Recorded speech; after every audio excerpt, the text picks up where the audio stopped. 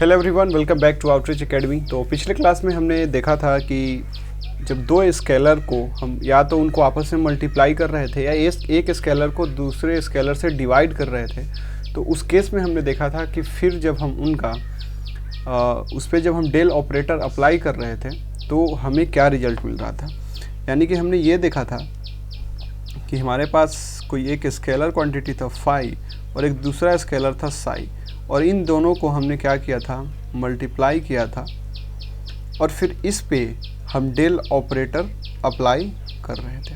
और आपको पता है कि चूंकि ये दोनों स्केलर क्वांटिटी है तो इस पे डेल ऑपरेटर किस फॉर्म में अप्लाई होगा, ग्रेडियंट के फॉर्म में। यानी इसका हम लोग सिर्फ ग्रेडियंट ही निकाल सकते हैं, इसका हम लोग डाइवर्जेंस या कर्ल नहीं निकाल सकते हैं। तो जब हमने इसका ग्रेडियंट निकाला था तो हमने देखा था कि इस पे हम जो डिफ्रेंशिएशन का जो प्रोडक्ट रूल होता है वो इस पे हम लगा सकते हैं, और इसको हमने लिखा था first function as it is और gradient of second function plus second function as it is and gradient of first function. फिर इसी को जब एक फंक्शन दूसरे को डिवाइड कर रहा था तो फिर यहाँ भी हम डिवीजन रूल लगा सकते थे, और यहाँ हमने कुछ ऐसा लिखा था।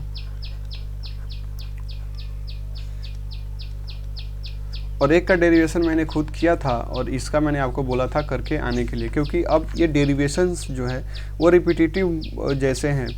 मतलब जो पिछले कुछ डेरिवेशंस हमने किया जिस तरीके से, वैसे ही अब सारे हो जाएंगे, तो उसमें अब टाइम वेस्ट करने से कोई ज़्यादा फ़ायदा है नहीं। आप इसको ट्राई कर सकते हैं खुद से और ये ईजिली आपसे हो जाएगा। अब इसी कॉन्सेप्ट को हम थोड़ा आगे एक्सटेंड करते हैं कि यहाँ पे हमने क्या देखा था कि हमारे पास एक स्केलर था और दूसरा भी स्केलर था। अब हम क्या करते हैं, एक स्केलर लेते हैं और दूसरा जो होगा वो वेक्टर क्वांटिटी होगा, और फिर इनका हम प्रोडक्ट करते हैं जो होगा ये होगा। अब हम इस पे डेल ऑपरेटर अप्लाई करते हैं। तो आपको पता है कि ये जो क्वांटिटी है वो वेक्टर होगा, क्योंकि मान लीजिए ए वेक्टर कुछ होगा इस फॉर्म में, कुछ भी हो सकता है वो, मान लीजिए कि इस फॉर्म में होगा, और हमारा जो स्केलर क्वांटिटी होगा वो कुछ ऐसा स्केलर फंक्शन होगा, वो कुछ भी हो सकता है। तो इन दोनों को जब आप मल्टीप्लाई करेंगे तो आपको मिलेगा कुछ ऐसा मिलेगा, और ये आपको दिख रहा होगा कि ये क्या है, ये आपको क्या दिख रहा है, ये आपको दिख रहा होगा कि ये खुद एक वेक्टर क्वांटिटी है। तो इसका मतलब ये हुआ कि जब हम एक स्केलर को एक वेक्टर से सिंपल प्रोडक्ट करेंगे तो हमें क्या मिलेगा, हमें मिलेगा एक वेक्टर क्वांटिटी। तो अब इस पे हमें लगाना है डेल ऑपरेटर। तो आपको पता है कि एक वेक्टर क्वांटिटी पे डेल ऑपरेटर दो तरीके से लग सकता है, एक या तो डाइवर्जेंस के फॉर्म में या फिर दूसरा कर्ल के फॉर्म में। तो इसका मतलब ये हुआ कि इसका एक बार हमें डाइवर्जेंस निकालना है और इसका एक बार हमें कर्ल निकालना है, और फिर हम देखते हैं कि हमें क्या रिजल्ट मिलता है। तो आप इसका भी ट्राई कीजिएगा खुद से, हमें कुछ नहीं करना है, हम इसको ऐसे लिखेंगे, पहला ये हो गया डाइवर्जेंस और दूसरा हो जाएगा कर्ल। और इसमें भी आप सिंपली जो डेल ऑपरेटर है उसका वैल्यू पुट कीजिएगा और इसको आप प्रोसीड कीजिएगा। 3-4 स्टेप्स में आपको इसका आंसर पता चल जाएगा। लेकिन मैं यहाँ पे इसका डायरेक्ट रिजल्ट लिख रहा हूँ क्योंकि ये रिजल्ट काम का है और आगे यूज होगा। और ये जो रिजल्ट हम डिराइव करेंगे वो अपने पिछले रिजल्ट से ही करेंगे। तो पिछले रिजल्ट में हमने क्या देखा था कि दो स्केलर जब मल्टीप्लाई हो रहा था तो हम इसको कैसे लिख रहे थे, first as it is and gradient of second plus second as it is and gradient of first. अब इसको थोड़ा हम दूसरे वे में पढ़ते हैं। इसको हम ग्रेडियंट ना बोल के हम सिंपली बोलते हैं डेल ऑपरेटर, यानी first function into del operation on second function plus first function into del operation of second function. अब देखिए यहाँ पे डेल ऑपरेशन हमने बोला तो ये एक स्केलर क्वांटिटी है, तो इस पे अगर डेल ऑपरेशन लगना होगा तो वो सिर्फ एक ही फॉर्म में लग सकता है, वो है ग्रेडियंट, तो इसीलिए ये ग्रेडियंट हो गया। उसी तरीके से यहाँ भी स्केलर क्वांटिटी है और स्केलर क्वांटिटी पे सिर्फ एक तरीके से डेल ऑपरेटर लग सकता है, इसीलिए हमने इसको क्या बोल दिया, ग्रेडियंट। फिर से मैं रिपीट कर रहा हूँ, इसको हम अब ऐसे पढ़ेंगे, first function into del operator on second function.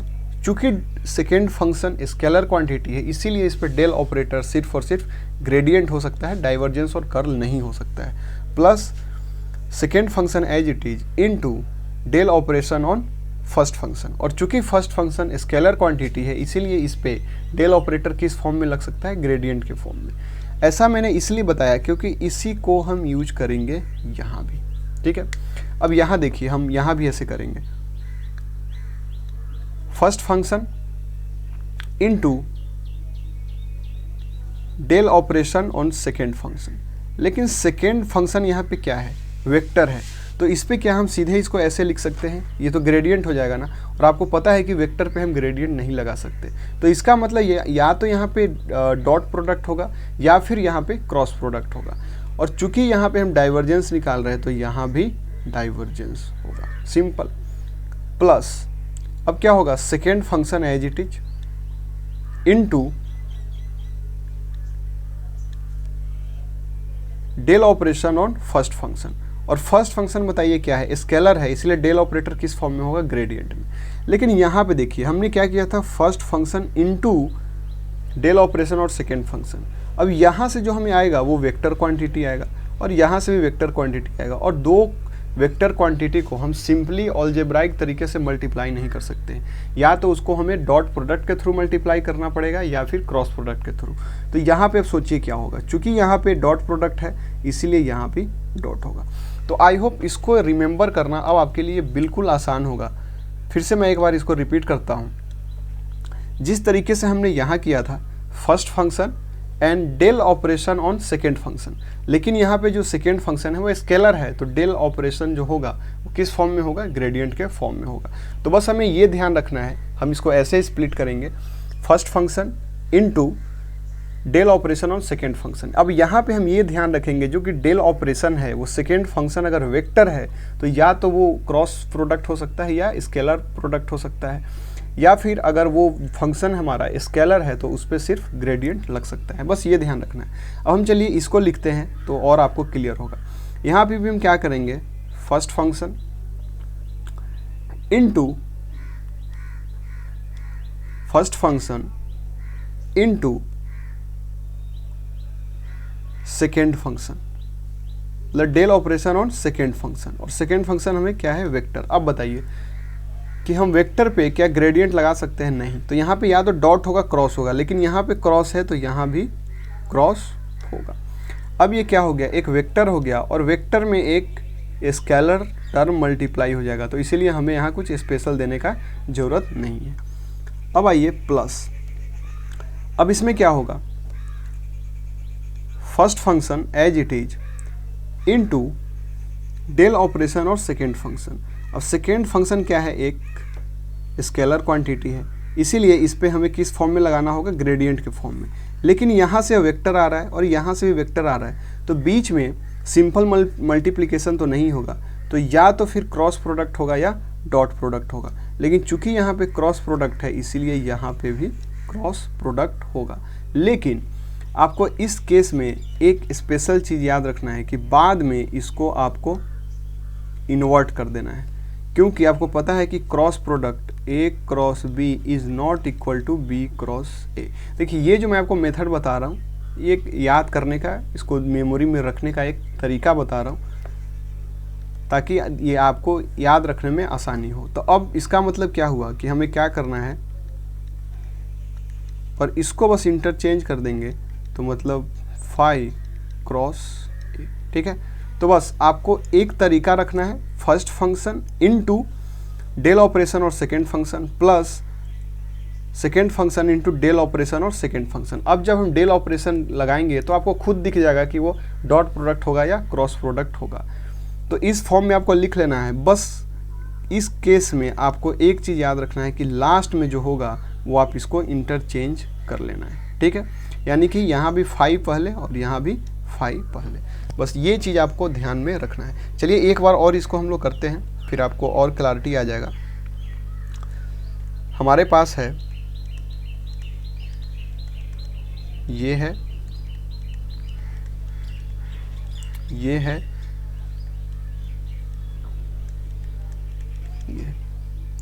अब हम क्या लिखते हैं, first function into del operation और सेकेंड फंक्शन। लेकिन सेकेंड फंक्शन वेक्टर है तो इसलिए डेल ऑपरेटर किस फॉर्म में होगा, या तो डाइवर्जेंस या कर, लेकिन चूंकि यहाँ डाइवर्जेंस है तो इसीलिए यहाँ भी डाइवर्ज। अब फिर इस इनटू को चेक करेंगे, ये भी स्केलर इनटू स्केलर, हमें कोई दिक्कत नहीं है, सिंपल मल्टीप्लिकेशन से काम चल जाएगा। Plus second function into del operation on first function, और चूंकि फर्स्ट फंक्शन स्केलर है इसलिए डेल ऑपरेशन किस फॉर्म में होगा, ग्रेडियंट के फॉर्म में। लेकिन इस जो यहाँ पे हमने मल्टीप्लाई किया यहाँ पे प्रॉब्लम है। अब ये एक वेक्टर तो यहाँ तो या तो डॉट प्रोडक्ट होगा या क्रॉस प्रोडक्ट, तो यहाँ डॉट है तो इसलिए यहाँ पे डॉट, सिंपल है इसको लिखना। उसी तरीके से यहाँ पे आते हैं, फर्स्ट फंक्शन इनटू क्या हो जाएगा, del operation on second function. लेकिन सेकेंड फंक्शन वेक्टर है तो इसीलिए डेल ऑपरेशन किस फॉर्म में होगा, या तो डाइवर्जेंस या कर्ल के केस में, तो यहाँ पे कर्ल है तो यहाँ भी कर्ल। अब देखिए ये एक स्केलर है तो स्केलर का सिंपल वेक्टर से मल्टीप्लिकेशन हो सकता है, उससे कोई दिक्कत नहीं है। Plus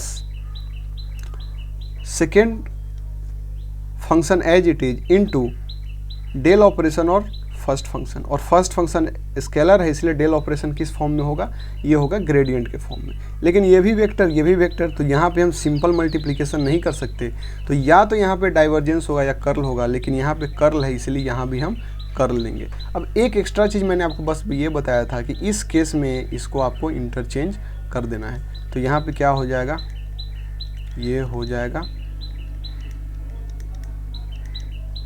simple. तो आई होप आप अब इन रिजल्ट्स को याद रखना बेहद आसान होगा आपके लिए, और इनका डेरिवेशन वाला पार्ट रहा तो आप कोशिश कीजिएगा खुद से, आपसे इजीली बन जाएगा।